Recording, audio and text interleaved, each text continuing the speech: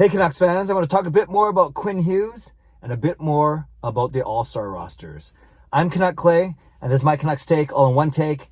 It's Clay's Canucks commentary for Friday, January the 14th. If you're new, here's what you should do. Hit the subscribe button now for daily Canucks insight that's positive, timely, and trustworthy. And as always, this vlog is brought to you by Perform and Transform, personal training and weight loss. Sign up now for a free 7-day trial. Use the link in my video descriptions, and by Van City Experts Real Estate Group. Contact Jason Lim and his team for all of your real estate needs. One more day without a microphone as I'm replacing my old lapel mic.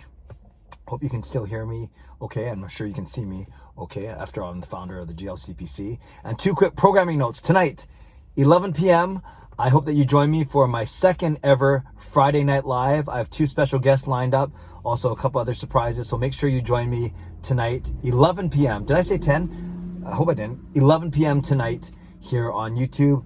And the other thing I was going to say is I just released a brand new memberships video. I updated it from last year. Talks about all 5 membership tiers. My son Jacob helped me edit it, put a lot of cool graphics and sound effects in. So if you haven't seen that video yet, make sure you check it out and consider supporting me as a member.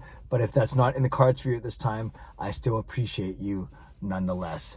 Speaking of appreciation, let's talk about Quinn Hughes and how much we appreciate him as Canucks fans. Yet, last night he made a couple questionable plays. I'm not going to say the Canucks lost the game because of him, but let's talk about it. The Canucks lost 4-2 to Tampa 2 nights after losing 5-2 to Florida. So losing against the 2 best teams in the NHL, nothing to hang your head over. Yet the Canucks still need points from some of these games, despite how good these teams are, if they want to stay in the playoff race. So yeah, it was a tough game. I talked about it in my post-game recap yesterday. But in particular, Quinn Hughes had a tough third period. On the game-winning goal by Tampa, he, after a bit of sustained pressure by the Canucks, it was weird. He was on the right, and then I think it was Pullman or Shen. I think it was Pullman was on the left. So they're kind of reversed. And then Hughes, in an attempt to keep the puck in, actually turned it over.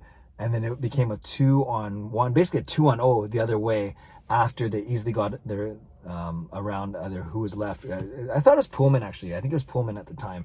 So anyway, Hughes was trying to press, trying to make things happen, but then he turned the puck over and ended up being the game-winning goal. And then on the empty net goal by Tampa, the insurance goal, it was Hughes who had the puck. He had a shot blocked, and then he was not able to retrieve the puck going back the other way, and then Tampa scored. Now, again, I'm not blaming Quinn Hughes for the loss last night, and I get that Quinn Hughes does so many good things for this team. So many. He's unlike any defenseman we've had before. He has 28 points in 35 games in the top 10 in defensive scoring. He's a +9 this season as opposed to -24 last season. What a huge turnaround there. And then he's playing almost 25 minutes a game as opposed to 22.5 minutes a game last season. So his minutes are up. His plus-minus is way better. His points per game is way better. And obviously he's our best defenseman. So I'm not at all ragging on Hughes at all. And I guess what I'm getting at is, are you okay as a Canucks fan with some of the mistakes he makes because of all the good things that he does do? And we know that he's been trying to work on his defensive game. And even those 2 examples I brought up actually from last night's game weren't actually errors in his own end defensively. There are more errors when he was trying to create offense. So I guess my question to you Canucks fans is, are you okay with, we could argue it's a high-risk, high-reward style of play that Quinn Hughes plays, especially in the offensive end. Defensive end, he's been fine. He really has been fine. But in the offensive end, it's definitely high-risk, high-reward. We've been rewarded a lot with some of his great plays, the way he holds the puck in line, the way he walks the line, pivots, turns, edges, eluding defenders. But we've also seen the risky part in that 2 goals against yesterday directly because of his play. So that's the first question is, as good as he is, as talented as he is, and as much as he's improved his play, both on the defensive end and overall stats-wise, are you okay with Quinn Hughes trying to create like he was trying to do in the third period yesterday? My answer is yes, of course I am. But I do want to ask that question because, people, would you prefer a more safe style of play, but then lower reward? but then lower risk? Let me know in the comments down below. The other thing I want to talk about really quickly is the All-Star rosters. I outlined it yesterday in my post-game vlog. We know Thatcher Demko is the lone Canuck of the 10 players named to the Pacific Division team. JT Miller, one of 8 players, one from each team, that has a chance to make it as the last man in. But Nathan MacKinnon today, Nazem Kadri, I think he's the 3rd or 4th leading scorer in the entire league, but not on the All-Star, not named to an All-Star roster, because Colorado already has 2. They have Nathan MacKinnon and they have Cale Makar. 2 excellent players, but this is how good Colorado is. So MacKinnon basically said he thought it was a bad decision on the NHL's part. Remember, the NHL decided the first 10 guys of the 11 guys for each division. But he said this is not a participation game, it's an all-star game, which is a pretty funny thing to say when we have this culture of participation ribbons and all participation medals and all that kind of thing. So for him to say this is an all-star game, not a participation game, I think that's really funny. But he's basically making the point of why was Kadri not named to the team?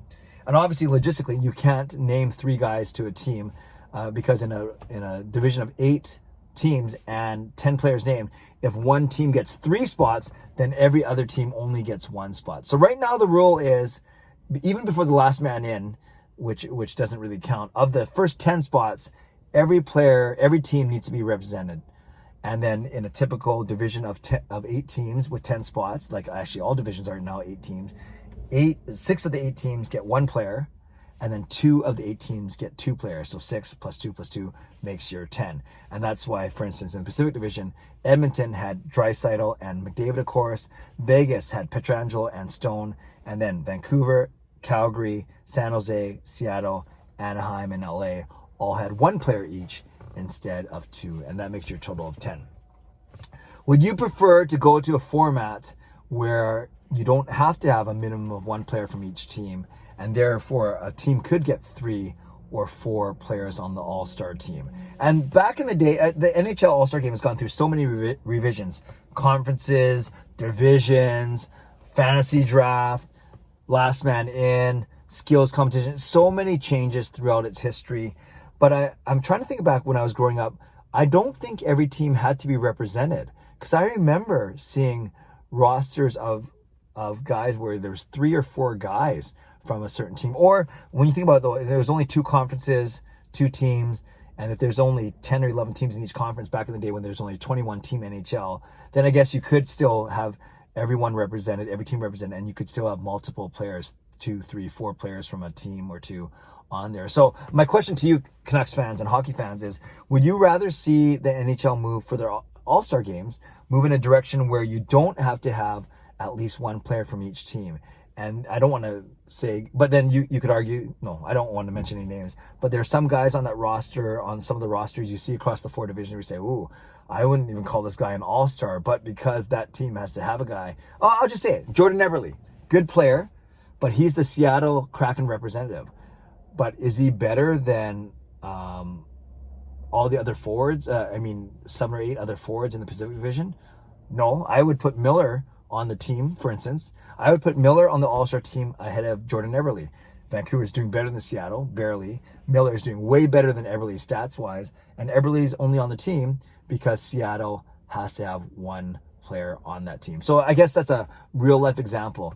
Do you like the way it is? Because there's more parity. It makes sure that every team is represented. That way every fan base is kind of invested. Or would you rather see them go to a more merit-based system where you don't guarantee 1 player from each team? Would love to know your comments on that below as well. So 2 things to talk about. What do you think of Quinn Hughes' game? Are you fine with high risk, high reward? And do you think that the NHL should move away from awarding 1 spot per team on each of the 4 All-Star Division rosters? Let me know in the comments below. I'd love to read, react, and reply as always. And don't forget to join me at 11 p.m. for Friday Night Live tonight on my live stream. And don't forget to check out my brand new membership video and consider joining the CCC Crew as a member. Shout out, speaking of members, to legendary Lucas Gates, legendary Justin Credible, legendary Andrew Chang, hero members nucksfan number 29 and Carol Bovenlander, Hall of Fame members Jens95, Sim Alexander, Chris Seifert, Adam Brewfield, Shannon Hollingworth, and HSM Fangirl Gaming. Thanks for your support as always, and thanks to the support of all members of all levels. You are listed in my video descriptions. If you want to become a member of the CCC Crew, press the join button underneath this or in my videos, or on the memberships tab on my YouTube channel. Subscribe if you'd like to, like this video if you'd like to, become a member of this channel if you'd like to, or upgrade if you'd like to, and leave a comment down below if you'd like to on Quinn Hughes, the All-Star rosters, or anything else you want to talk about. See you tonight at 11 p.m. Stay safe, stay healthy, take care of yourselves, and take care of each other. Have a great day. God bless, and go Canucks go.